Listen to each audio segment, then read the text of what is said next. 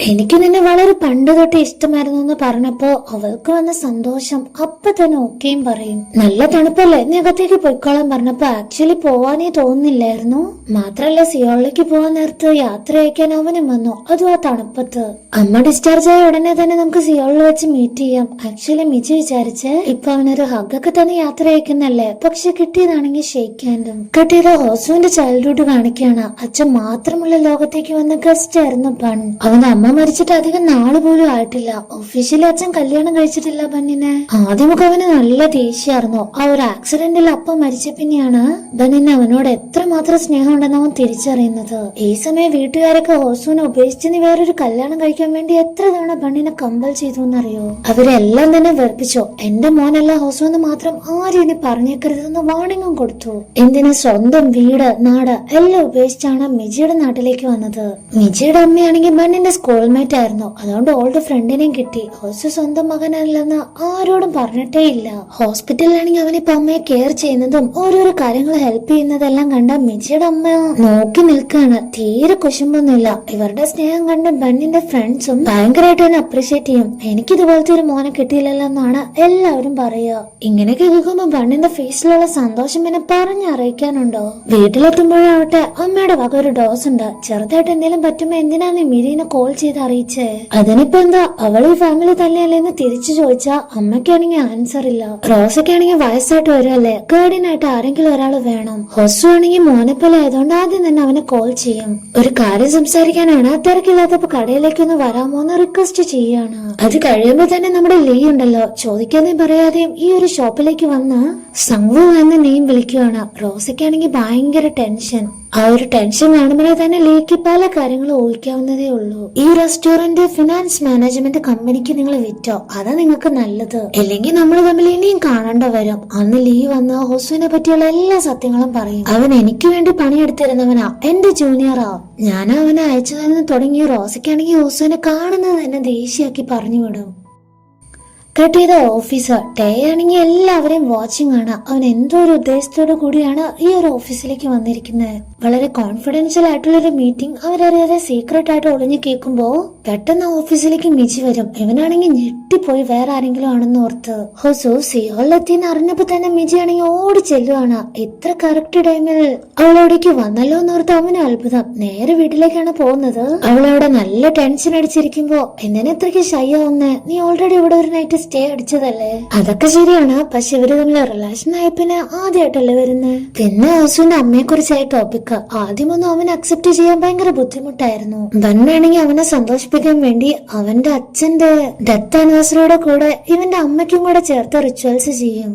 അതിൽ പോലും ആൾക്ക് ബുദ്ധിമുട്ടില്ലായിരുന്നു. അത്രയ്ക്ക് നല്ല മനസ്സായിരുന്നു. അന്ന് അവൻ ആദ്യമായിട്ട് അമ്മ എന്ന് വിളിച്ച് എന്നെ നിങ്ങൾക്ക് ഇഷ്ടമാണെങ്കിൽ എനിക്ക് വേണ്ടി ഒന്നും നിങ്ങൾ ചെയ്യാതിരിക്കുന്നതാണ് നല്ലത്, അതാണ് എന്നെ സന്തോഷിപ്പിക്കുക, അതുകൊണ്ട് മാത്രമേ എനിക്ക് സമാധാനം കിട്ടൂന്ന് അവൻ പറഞ്ഞിട്ട് പോയി. പിന്നെ വന്ന് നോക്കുമ്പോ വീട്ടിൽ ആരും തന്നെ കാണാനില്ല. Full dark. അവനാണെങ്കിൽ എന്തോ ഒറ്റപ്പെട്ടതുപോലെ. അന്ന് ആദ്യമായിട്ട് അവൻ ഇരുട്ടിനെ പേടിച്ചു.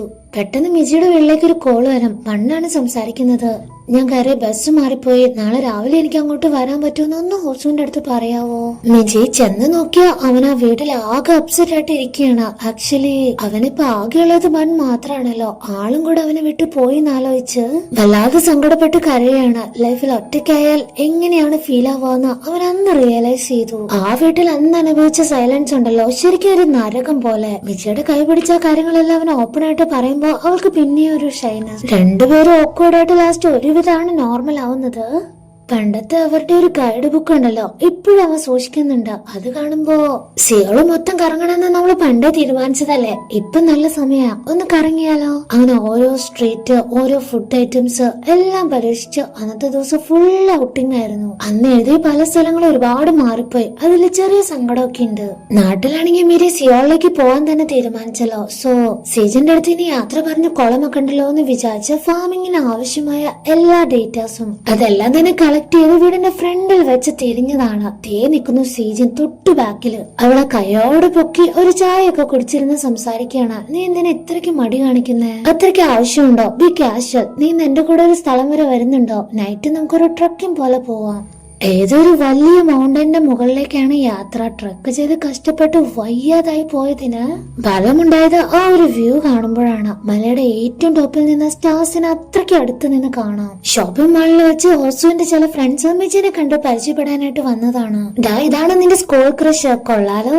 അവള് ഫ്രണ്ടാണെന്ന് പറയുമ്പോ ഹോസ്റ്റു ഡയറക്റ്റ് ആയിട്ടാണ് ഗേൾ ഫ്രണ്ട് ആയിട്ട് തന്നെയാണ് പരിചയപ്പെടുത്തിയത്. അവൾക്കത് വലിയ സന്തോഷായി. ജോബ്ലെസ് ആണെന്ന് പറയാനുള്ള നാണക്കേട് കൊണ്ട് മെരിയുടെ ജോബ് ടൈറ്റിൽ എടുത്ത് പറഞ്ഞു കൊടുത്തു. അതോടെ ഹോസ്റ്റു അവളോട് സംസാരിക്കുന്നത് നിർത്തി. എന്തിനാ നീ കള്ളം പറഞ്ഞത്? ജോബ്ലെസ് ആണെന്ന് പറയുന്നത് എനിക്ക് നാണക്കേടാണെന്ന് വിചാരിച്ചോ? ഞാൻ കാരണം നീ കള്ളം പറയേണ്ടി വരുന്നത് എനിക്ക് ഇഷ്ടമല്ല. എന്റെ ദൈവമേ, ഇവിടെ റിലേഷൻ തുടങ്ങിയതിന് മുന്നേ തന്നെ ബ്രേക്കപ്പ് ആവുമെന്ന് ആലോചിച്ച് മിജിക്കാണെങ്കിൽ ഒന്നും ഉറക്കേ വന്നിട്ടില്ല.